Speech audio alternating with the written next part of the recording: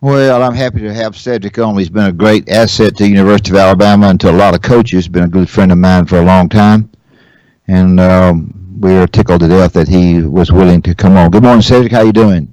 Good morning, Coach. How you doing? I'm Good, doing good to hear fine. from you. Always good to hear from you. Tell our listeners what coach you started with. Coach Bryant. Started with Coach Coach Bryant. Bryant to Coach Saban to now. Okay, I It didn't was know whether Coach coach. Saban. I couldn't remember. My son asked me about that, and I thought that you maybe were started somewhere after that. And I don't know if you want to. I know Coach Bryant was a little bit different, but I've got two questions to ask you before Barry sets in. Coach Bryant and Coach Saban are a little bit alike in atmosphere. Is that not right? Well, you know, I always tell people that you can't compare coaches. Yeah. Coach Bryant was a man of his time. Times were different. Kids were different. People were different. And Coach Saban is a man of his time, and times are different. People are different. Kids are different. I mean, Coach Bryant had his way of communicating with the kids, and then in his day and time, and then now you have Coach Saban. He had his way of communicating with kids, and that was just two different times. And I was just fortunate enough to work with two great football coaches. Um, Gene Stallings is a lot of fun. I always kid you about him. I don't want you to tell any stories about Gene or not. You can tell all you want to now because he can't hear it, and I'll tell him you didn't say anything. Well, I always tell people I work for three statues: Coach Bryant, Coach Stallings, and Coach Saban. Right. And just been blessed. And Coach Stallings, he was a man of his time too. You got to understand that. People try to get me to compare them, and I can't. Yeah, Because sure. times different. Not fair. People are Yeah. different. It's not fair to them. It's not fair to their family. We're talking with Cedric Burns. Cedric, you've gone from Bryant all the way to Saban, and I hear people say, "Oh, these student athletes need to be paid." And I'm not here to say whether they do or they don't. That's for people much smarter than me. But how have you seen these facilities change over the years, and the way these guys are treated, all the amenities now that they have now? I know they didn't have that stuff back in the Coach Bryant days, and maybe they were ahead of their time back then as well. But I just wanted to get you to talk about how much things have changed over time as far as facilities and all that to the players. Well, you have to change with time. Sure. Time changed everything. Like I just said. To clarify all that is, it was high. It was the same as Coach Bryant, but it was just in a different time. And just like today, Brown Hall was the state of art during that time. And and today it just grows. We win and makes it grow. No What doubt. was that? What was that story you were going to tell about me and about me getting on to with Coach Stallings? What was that? I can't remember what you wanted to tell about that. Remember one day we were playing golf in Bay Point, and I was riding with Coach Sanders, and it was me and Coach Sanders and Coach Ducey and Coach Hines, Mr. Gary Neal Drummond, Coach Stallings, and then Mr. Larry Drummond and Coach Ingram. Coach Big Ingram was dogs. the athletic director then. So, Coach Sanders just take off in the golf cart. I didn't know what Coach Sanders was doing. He just takes off. He said, "Hey, B." Terry said, "You got a thing for him to do." And then I'm looking around like, Coach Stallings, "Oh, we here playing golf." He said, "If you do it yourself." I can't say the word that was actually said, but can't say what the word on the radio was actually said. But I said, do it yourself. I told Beavis to do it He himself. said you need to do anything. If you do it yourself. Yeah, I'm like, this guy's finna get me fired on the golf course. Oh God, you just don't know what Will gonna do now. If you ride with him, you don't know what he gonna do. He's a fun person to be with now. Cedric, as you know and I know, he thinks he can say anything to anybody. It don't matter who it is. He's going to say it, right? That's right. I don't remember I said do it yourself. Yeah. But I tell you what, we went to a roast, and Milt was the MC. Yeah, oh boy. Oh goodness, that was a time down there in Montgomery. He really did a good job. I mean, I can't say half stuff he was saying, but it was fun. Yeah. It's always been fun. I love Coach Sanders. He's been a great friend, great coach for this institution for a long time, and a good ambassador. We're talking with Cedric Burns. Cedric, obviously, Coach is famous for some of his rants. Coach Saban, I'm talking about now. Some of his rants in his press conference. You kind of know when he's coming out. You get everything ready. They say when Cedric comes out, Coach is getting ready to come. Do you know pretty much before it happens if the wrong question's asked, the type of mood that he's in that's going to set him off that day? Well, no. Coach pretty much handles the media the way he handles it. He does a good job with the media. He really think that they part of, the media is part of sports, and people have questions, and and he don't rave, he just reacts to whatever the question is, and he does a good job with the media, really does. Deb? Do you think that Coach tells you things that he doesn't tell anybody else about coaches, players, team, knowing that you're not? And I don't want you to say anything. I'm not asking for you to say anything to me about that. But do you think that Coach confides in you stuff that makes him mad or makes him glad? More stuff that makes him mad in you because he needs somebody to run it off of. Well, when biggest thing is trust. When you trust somebody, and you trust is earned. It's not given in this day and time. And that's a good point. You earn the trust. You earn the trust of the head coach and the head coaches that I have worked for. I've worked for every head coach since Coach Bryant, and trust is a big word, and and that's the biggest thing that you have in college. When people trust you, you have to be very confident. And just like just like I still talk to my second boss after Coach Bryant, Coach Perkins. And I still talk to all the coaches that I have associated with, and it's just trust that it's a trust factor. And when people trust you, you just have to have that confidence, to just keep things where it is. Well, now Franchione, whatever, he was a piece of work. When he when he took his little bags to A&M, he wasn't coming back. Talk about that a little bit. Well, first of all, like I said, when people trust you, Franchione was the head coach of Alabama, and that falls in that confidence, because I still talk to Fran, I still talk to Miss Kim, and they family and friends, and you just don't. If you can't say nothing positive about a person, you just don't say it.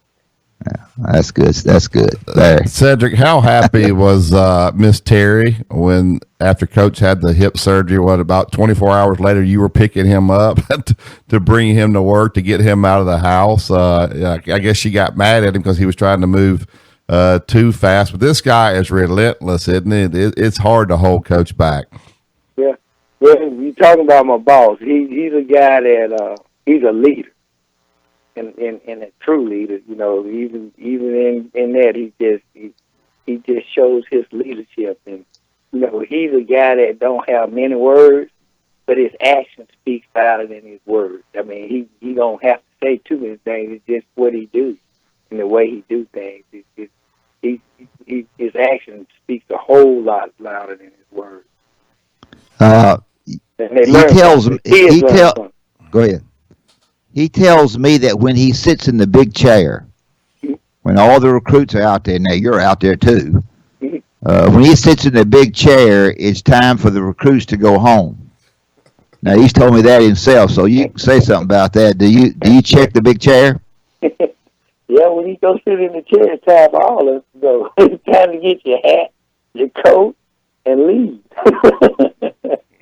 Yeah, that when he sits in his chair, it's pretty much time for us to clear the house. Very. Cedric, talk about some of your most memorable games. Obviously, you've been on the sideline for a lot of football games. Is there any one or two games that just stick out in your mind, Cedric? Well, all of them do. The most ones that stick out in my mind is one to lose, because if you want to get it back, it's just, when you love Alabama like we do, and part of the Alabama family, you like to see the kids progress. And our job is to take young people where they can't take themselves, teach them how to perform under pressure at a very high level. And at Alabama, it's expected. And, you got to be able to play at that level. And our job is to get these kids ready. And, I've been in a lot of games. I'm always looking for the next one. We just like right now, we get ready for the next time. Because you can do something about it. Can't do nothing about something that's already happened. It's the past. People just like you look at a championship ring and you put it on your finger. You're just looking at the past. You take that championship off, and then you take that ring off, and then you find yourself putting another one on. So I'm always looking at trying to get to the next one. Once you win that one, there it's in the history book. You don't even have to worry about that one. That one over with. Now it's time to go get the next one. Yeah, I can tell you've been around Coach a lot. Hey, so this is probably Dad and I were coaches. You've been around all these players. These kids come in. A lot of them come in as freshmen. They come in green, immature. They don't know a lot of things, and to see them go through the process that you guys have there, or that any guy graduate, and I don't even care if they're playing pro football, they get in the business where they get a family. And when those guys come back, that's got to make you guys feel great to see how much those guys have grown over time, how much they've matured, how much they've learned. That's the most rewarding part of what you guys do, isn't it? Yes. And then the other thing is, they go out to be great ambassadors for this institution. That's what you want to produce. Good product that goes out to be a great ambassador for this institution. Where people look and say, hey, that kid played for Alabama. And then look at the success. And then what you do is you look at other kids. They looking at them same kids that, growing up, and, I want to be like this kid. It's like that same thing. Someone say, I want to be like Mike. Well, I might want to be like Mark Ingram. I want to be like Derrick Henry. You got the next kid always looking at you. And that's a great ambassador for the institution. You give us opportunity to show what our product really do. That's what it's all about right there, isn't it, Cedric? Yes, absolutely. All right, now tell Barry tell our audience now. You've done a great job. You have covered everything and been very professional about it. What's the most difficult thing that Nick Saban asked you to do? That's being incompetent. I can't say anything. I can't get you. You got to call him off air. He tell you off air. Cedric, let me ask. Coach been really good. He ain't never asked me that he wouldn't do himself. Now I can put it that way. Let me ask you this, Cedric. When Coach has one of his golf tournaments and you write all these people back, and Wimp Sanderson shows up, does he try to get in line and get 2 free goodie bags? Because he loves free stuff. Cedric. Yeah. He always, we look forward to seeing Coach when we be at golf tournaments. Because, you just don't know what you're going to get that day. But does he ever try to sneak 2 goodie bags out of there? He loves free stuff, Cedric. You got to watch him. No, I never saw him sneak 2 goodie bags out. He always get what he gets. And then he really, what I really like about Coach Stallings when he get around the other guys and stuff, how he relaxed them being around him. And then when the guys come back and they say, man, Coach Stallings was a hoot. I said, yeah, he's a great person, great ambassador for this. Cedric, it's amazing to me the coaches who have left him, the criticism that has thrown me out that he's hard to work for, and then these same coaches have come back, which shows to me you're not going to answer the question very well. I can tell that, but you'll answer it well, but you'll answer it honestly. and they say he's hard to work for. He's has a bad temper, but you got all these guys coming back. I don't know what you can say or what you. When you got a coach that strives for perfection, it's not, and then his ways of doing things. He right there beside you every day, working hard, and I can relate to it because when right there with you every day, and he want it right. There's anybody that's overconfident. If you're running a company, you want it right. You want the very best out of your people, not just your players and coaches. The coaches got to coach your players. The coach got to coach his coach. So you want to get the very best out of the product that you have, and in order to get that, you got to demand it. And I don't see nothing wrong with that. I think it's a great thing because you in charge of your program. Well, Cedric, it's been great stuff. We appreciate it so much. You taking your time to be on with us this morning. And appreciate you taking care of Dad at those golf events. I mean, he does have you're right. He has a way of making people relax and cut up and have a good time. Right. And that's pretty cool trait, isn't it? It is. And then, he don't want to say it himself, but he's letting himself, and he's done, and the accolades and the things that he have done for this institution. We really appreciate it. He's been a great ambassador for this institution also. Thanks, Cedric. Thanks, Cedric.